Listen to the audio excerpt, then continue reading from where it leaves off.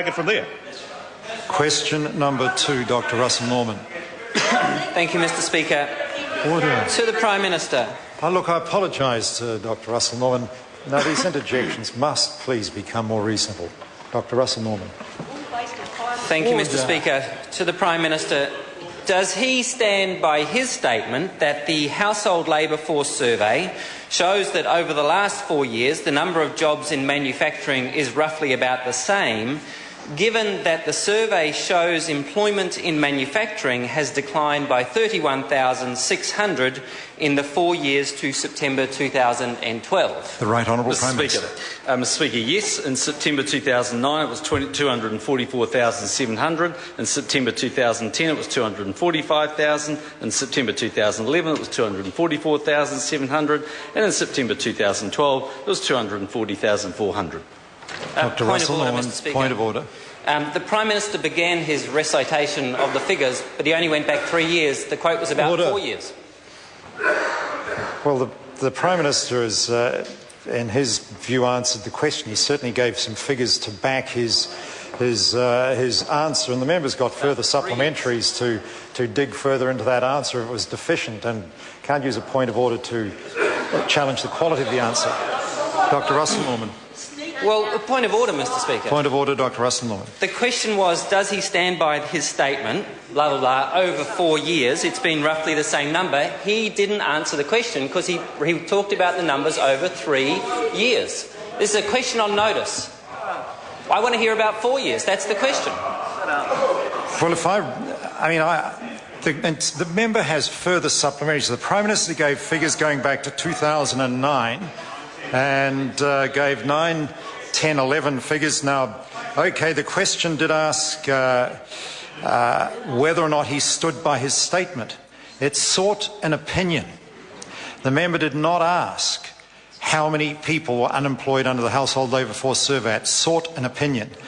And I'm not going to try and, where members seek opinions in questions on notice, I'm not going to pin, where a reasonable answer is given, I'm not going to pin the Minister down any further. The member has further supplementaries. Point of order, Right Honourable Winston. Speaker, with the greatest respect, does he stand by his statement is not an opinion. It's whether it's a fact or not that he stands behind it. Order. But this will cease. I invite the member to reflect on what he's just said. The question didn't ask whether the two sets of figures were identical. The question asked the Prime Minister's opinion, whether he stood by his statement. Now, the Prime Minister can stand by his statement for all number of reasons. So this nonsense will stop. If members want to, I commend the member's own question coming up in today's order paper because it actually asks some information. Dr. Russell Norman, supplementary question. Supplementary. Thank you, Mr. Speaker. Is the reason that the Prime Minister only gave statistics going back 3 years in his answer to the primary question is because the Household Labour Force Survey shows that in the 4 years to September 2012, there are 31,600 fewer people employed in manufacturing. The Right Honourable Prime Minister. What the Household Labour Force Survey shows is very similar to actually what the LEAD survey shows and actually what the QES shows, and that is that there has been a gradual decline over 20 years in manufacturing. What is true is that manufacturing was hit in the economic crisis that we inherited from Labor in 2008, and over the last 3 odd years it's been pretty constant. Dr. Russell Norman. Order. I want to hear this question, Dr. Russell Norman. Thank you, Mr. Speaker. Is the Prime Minister disputing the fact that the Household Labour Force Survey shows that there are 31,600 fewer people employed in manufacturing today than when he came to power 4 years ago? The Right Honourable Prime Minister. Mr. Speaker, it's certainly true that the difference between 272,000 and 240,400 is 31,600. I was not the Prime Minister of New Zealand in September 2008. Dr. Russell Norman. Thank you, Mr. Speaker. Is he aware that the September 2008 figures are the last Household Labour Force Survey figures before he became Prime Minister? And is he disputing that the household labour force survey shows that there is a decline in manufacturing employment over those 4 years of 31,600 fewer jobs? The Right Honourable Prime Mr. Minister. Speaker, what I am saying is that broadly speaking the numbers have been quite consistent in the period of time we've been in office. What is true is that there was a global financial crisis that we inherited from Labor, and that had a big impact on the economy. Dr. Russel Norman. Is the Prime Minister saying he inherited a global financial crisis from the Labor government? The Right Honourable Prime Minister. Mr. Speaker, part of it, yes, because after 5 years of increasing government expenditure by 50%, interest rates were 8.25% in this country. But this is the good bit of the news. This is the good bit of the story. If Labor are now accepting there is a global financial crisis, then they'll stop all that talk about Greece not having any impact on New Zealand. Order. Order. Order. Order. Bit of steam. Order. Order. Now we've let off a bit of steam. Let's have a little more order now, Dr. Russell. Supplementary. Thank you, Mr. Speaker.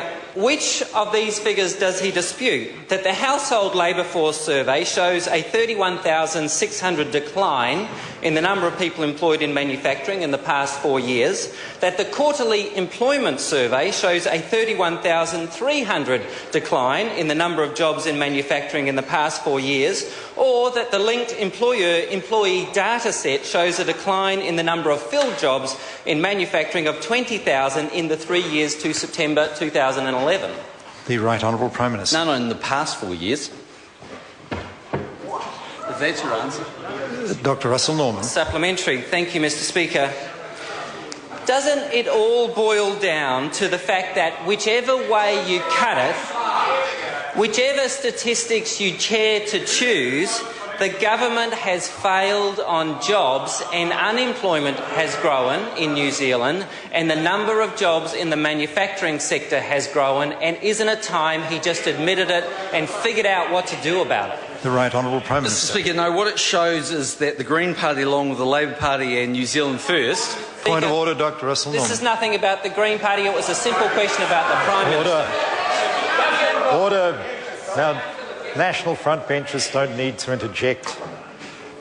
I invite the member to reflect back on the question he asked if he's not happy with the way the Prime Minister was answering it. I think that question left plenty of room for the Prime Minister to answer almost any way he liked. Exactly. The Right Honourable Prime Minister. Speaker, the answer is no. What shows is that the Green Party, supported by the Labor Party and New Zealand First, have been running around saying... Point of order, the Right Honourable Winston Peters.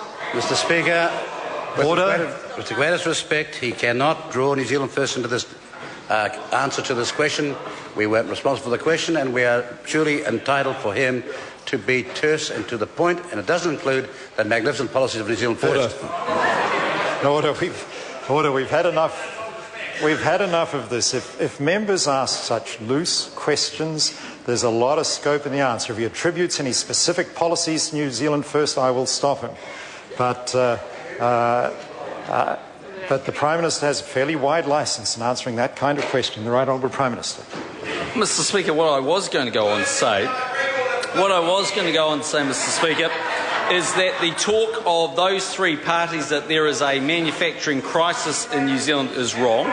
If you go and have a look at Craig Ebert's comments from the BNZ, he said, quote, "All things considered, we can see enough positivism emanating from New Zealand's manufacturing sector to take the signs of weakness as more turbulence and tragedy. Talk that the industry is in crisis is overblown."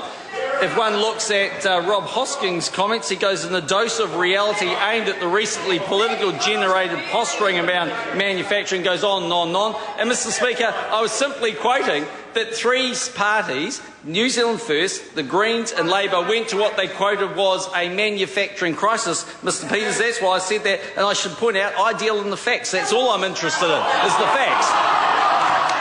Question number 3, the Leader of the Opposition, David Shearer. Thank you, Mr. Speaker. To the Prime Minister. Order. Does he stand by his statement that, yes, there is a housing issue in New Zealand? The Right Honourable Prime Minister. Mr. Speaker, yes, and that's why the government has responded to the Productivity Commission and is working with local councils on the underlying problems of land supply, building and resource consents, provision of infrastructure. I apologise, Right Honourable Prime Minister. Now look, the member's leader asked a question. I imagine he's interested in the answer, and too much interjection is not reasonable. The Right Honourable Prime Minister. Mr. Speaker.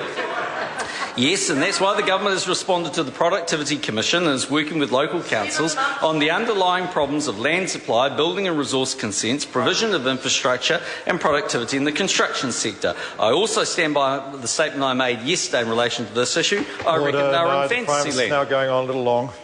The Leader of the Opposition. Thank you, Mr. Speaker.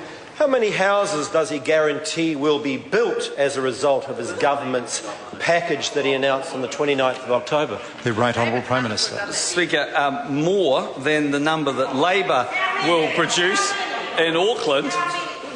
Point of order, the Leader of the Opposition. Mr. Speaker, that was a pretty straight question. It just asked for a number. What is it about a point of order the national ministers' benches don't understand in terms of being silent? The House is just so rowdy today. Now, when a person asks how many, I think it's unreasonable just to expect a single figure answer. I mean, but the Prime Minister needs to do his best, though, to give some information about how many. The Right Honourable Prime Minister. Mr. Speaker, the answer is more than the number of $300,000 houses that Labor will ever produce in Auckland, given the median price of a house in Auckland is currently $530,000. The medium section price is Order. That's sufficient answer given the question asked. The Leader of the Opposition. Speaker, the point of order. I think the Prime Minister could at least give a ballpark figure about how many houses his package will be able to provide. Again, I say to national ministerial benches, that was a point of order.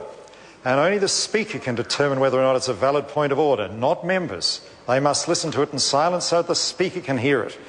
Now, the reason why there are more supplementary questions, if the quality of the answer wasn't sufficient, and I accept the member has some grounds for not thinking the quality of the answer was quite what he might have expected, there are further supplementaries that dig into that, what more meant, if he thinks that's a wise supplementary. The Leader of the Opposition. Mr. Speaker, what proportion of the houses that he hopes to build will be in the affordable